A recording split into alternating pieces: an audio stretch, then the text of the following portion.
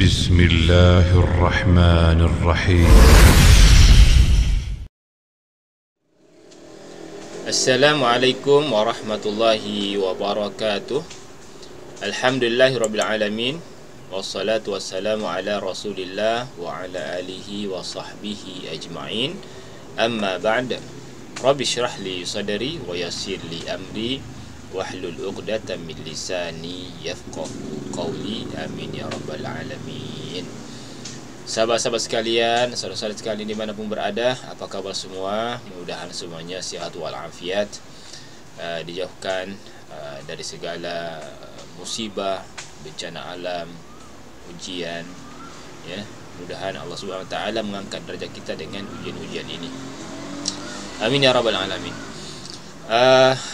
Pada kesempatan ini kita akan masuk pada pembahasan baru, ya, yaitu pembahasan inti atau pembahasan utama dalam mempelajari kaedah bahasa Arab ini adalah mengerti tanda-tanda i'rab, di mana kita ada beberapa hukum i'rab, ya. Ada yang rafa', ada nasab, ada jar, dan ada yang dijazam.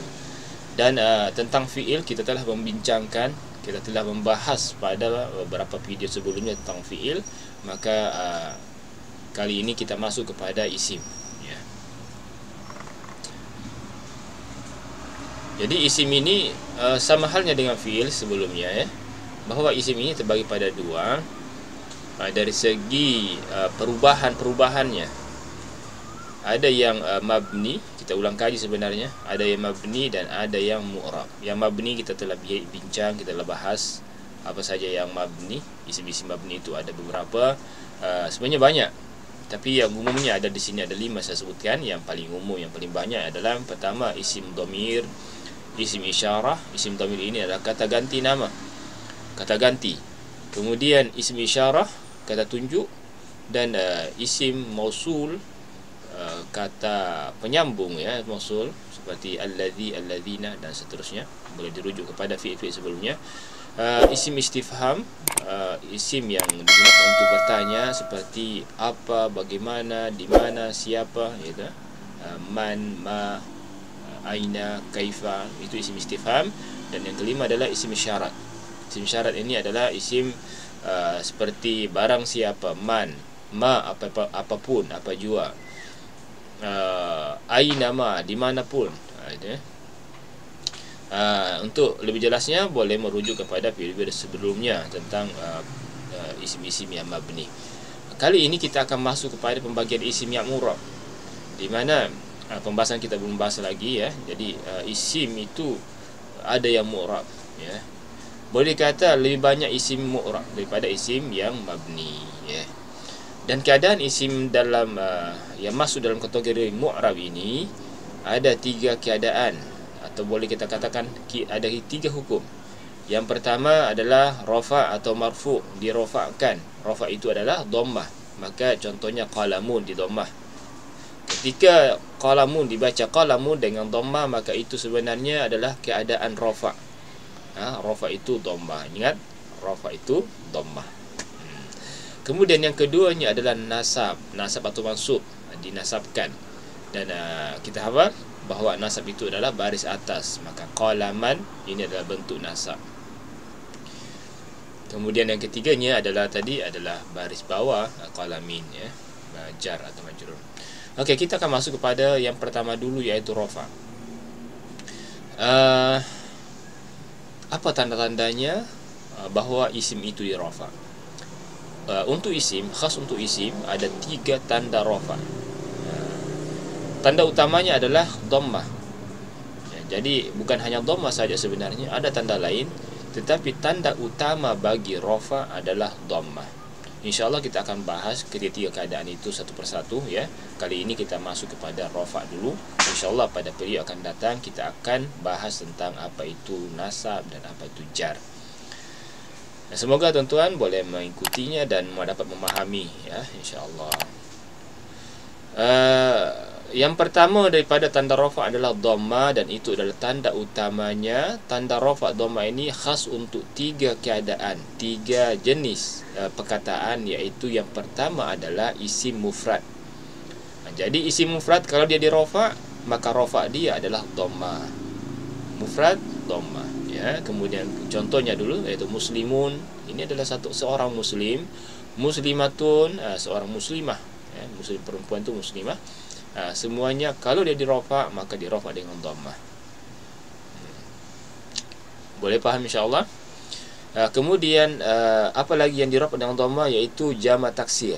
Jamak taksir contohnya aqlamun, kutubun, rusulun. Semua itu jamak taksir, dan apabila dia di rafa', rafa'lah dia dengan dhammah. Dan yang ketiga yang di rafa' dengan dhammah adalah jamak muannas salim.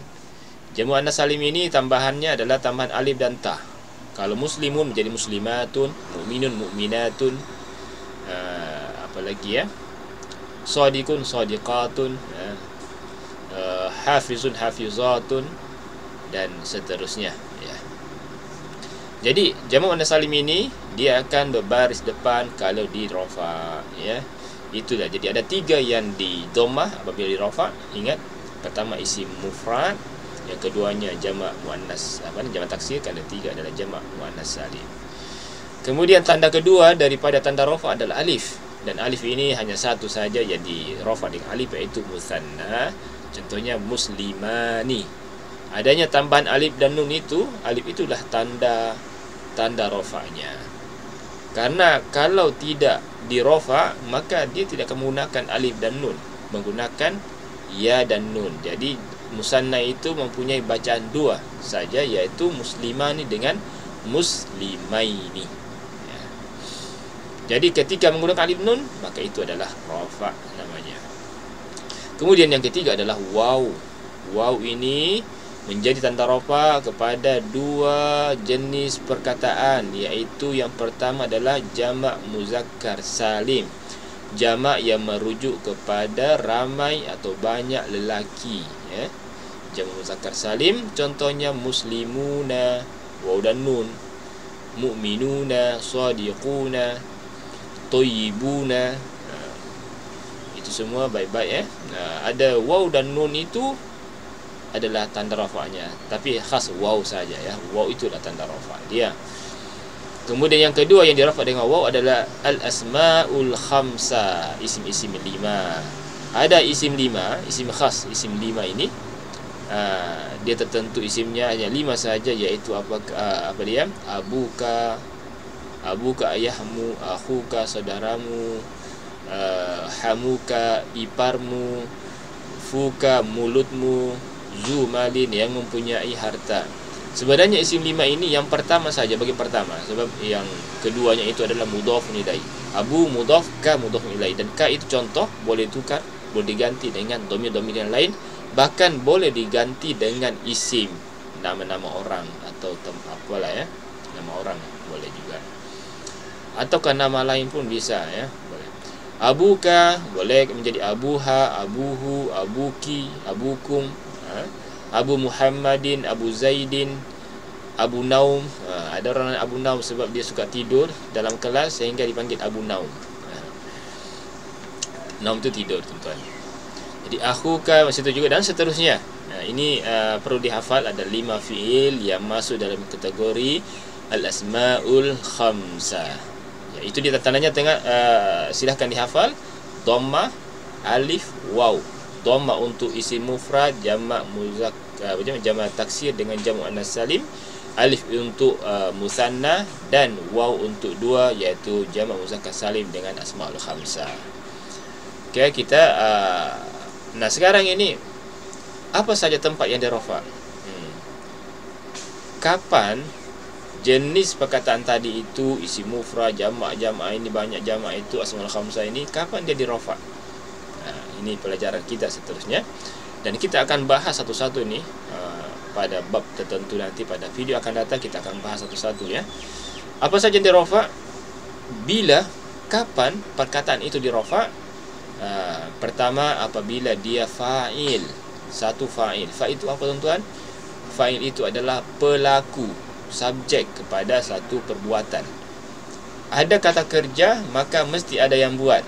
Contohnya saya mengatakan saya makan. Jadi untuk mengetahui fa'ilnya, soalan dia, pertanyaan adalah siapakah? Siapakah yang makan? Maka yang makan itulah fa'ilnya. Contohnya lagi, mengaji. Siapa yang mengaji? Yang mengaji itu adalah pelakunya, itulah fa'ilnya. Kalau di sini hadarat talibu, telah hadir seorang pelajar. Maka kalau ditanya siapa yang hadir? Pelajar. Pelajar itu adalah fa'il.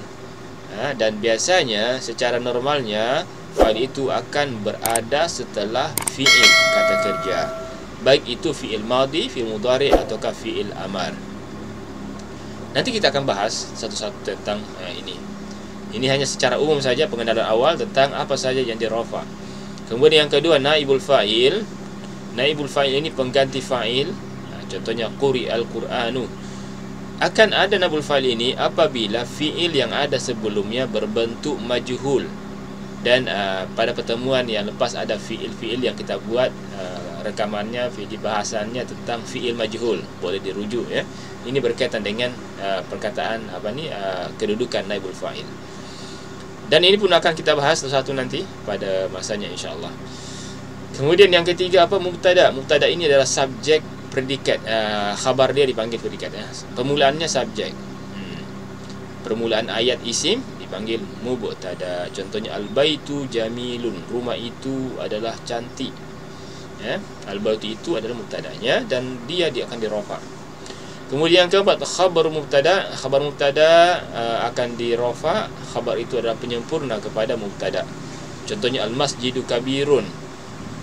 Kabirun itu adalah khabar dan khabar itu akan dirafa. Kebetulan semua di sini adalah mubtada, isim mufrad, maka tanda rafanya adalah dhammah. Dan nombor 3 tadi mubtada, jamilun itu adalah khabarnya ya. Yang kelima isim kana. Isimnya kana. Jadi ada pembahasan nanti tentang kana. Jangan kalau tak paham sekarang tak ada masalah. Jadi isimnya itu ya perkataan yang ada setelah kana itu adalah isimnya. Contohnya kana al-masjidu kabiran, adalah masjid itu besar. Kemudian yang keenam khabar inna. Khabar inna ini khabar yang kedua. Maksudnya perkataan yang kedua setelah inna. Contohnya innal masjida kabirun. Asalnya sebenarnya isim kana itu asalnya adalah mubtada tadi. Mubtada yang dimasukkan oleh kana. Kemudian asal pada khabar inna adalah khabar mubtada yang bertukar menjadi khabar inna karena khabar mubtada ini dimasuki oleh inna. Nanti ada pembahasannya tentang ini. Jangan merasa berat kalau tidak apabila belum dipahami sekarang ini, tidak masalah. InsyaAllah kita akan bahas satu-satu nanti pada babnya. Kemudian yang ketujuh adalah tawabi', pengikut yang mengikut. Ada 4 hukum yang mengikut. Maksudnya begini, kalau yang diikuti itu berbaris depan atau rafa, maka dia juga ikut di rafa. Contohnya yang pertama na'tu sifat. Najahat talibul mujtahidu.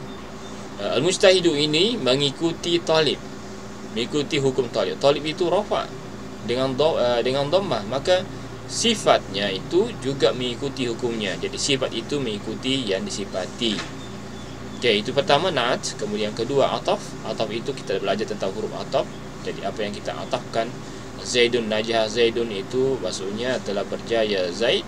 Dan yang mengikuti hukum Zaid itu, yang berjaya sama dengan Zaid, itu juga akan dirafa apabila ada huruf-huruf ataf seperti wa Muhammadun. Wa itu huruf ataf dan Muhammadun itu mengikuti hukumnya Zaid. Kemudian yang 9 taukid. Taukid ini penegasan. Contohnya najahatul labu kulluhum, telah berjaya semua pelajar. Semuanya, semua sekali ya. Kullu itu adalah penegasan. Taukid. Kemudian yang ke-10 adalah badal. Badal ini perkataan yang pertama dengan kedua itu adalah bermakna satu maksud yang dimaksudkan ya. Jadi sini contohnya ja'al mudiru Muhammadun. Al-mudiru itu adalah maksudnya guru besar, dan nama guru besar itu adalah Muhammad. Jadi mudir dengan Muhammad adalah perkara yang sama ya.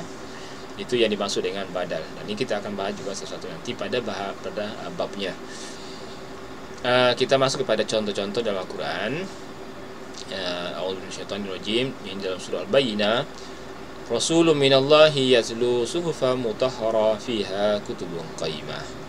Rasulun minallah, yaitu seorang rasul dari Allah, yaitu Nabi Muhammad, yang yatlu suhufan mutahhara, yang membaca suhuf, lembaran-lembaran yang disucikan, yaitu Al-Quran. Fiha, di dalamnya, kutubun qayyimah, ada kitab-kitab yang lurus, kitab-kitab yang lurus, pembahasan yang lurus. Contoh lain dalam surah Al-Mu'minun, qad aflahal mu'minun alladzina hum fi salatihim khashi'un, telah beruntunglah, berjayalah orang-orang beriman, yaitu mereka yang khusyuk dalam salatnya. Di dalam ayat ini ada rasulun, ada qayyimun, semua itu adalah marfu, dirafa dengan tanda dhammah karena dia isim mufrad, li'annahu isim mufrad, ya. Kemudian ada contoh lagi, kutubun. Kutubun ini dirafa dengan dhammah li'annahu jama' taksir. Dan yang lain adalah mu'minuna, khashi'una, dia dirafa dengan waw dan nun karena sebab dia adalah jama' muzakkar salim. Nanti kedudukannya kita akan boleh bahas pada pertemuan akan datang, InsyaAllah. Kita step by step, sedikit demi sedikit, ya. Kemudian contoh lain, al-khabithatu lil khabithina. Ini dalam surah An-Nur ayat 26, ya. Al-khabithatu lil khabithina wal khabithuna lil khabithat. Al-khabithat itu adalah wanita-wanita yang keji, yang buruk perangainya, yang buruk akhlaknya, yang buat pendosa, ya. Adalah lil khabithina, untuk lelaki yang keji juga. Pasangan perempuan yang kotor, yang keji itu adalah akan bersama dengan lelaki yang kotor juga. Wal khabithuna lil khabithat, lelaki-lelaki yang kotor, yang suka berbuat keji, buat dosa, maka dia akan dipertemukan dengan perempuan yang pendosa juga, yang suka juga dengan kekejian, ya, dengan kekotoran. Jadi di sini pengajarannya, jadilah orang yang baik, maka kamu akan menjadi orang baik, akan dipertemukan dengan orang-orang yang baik juga.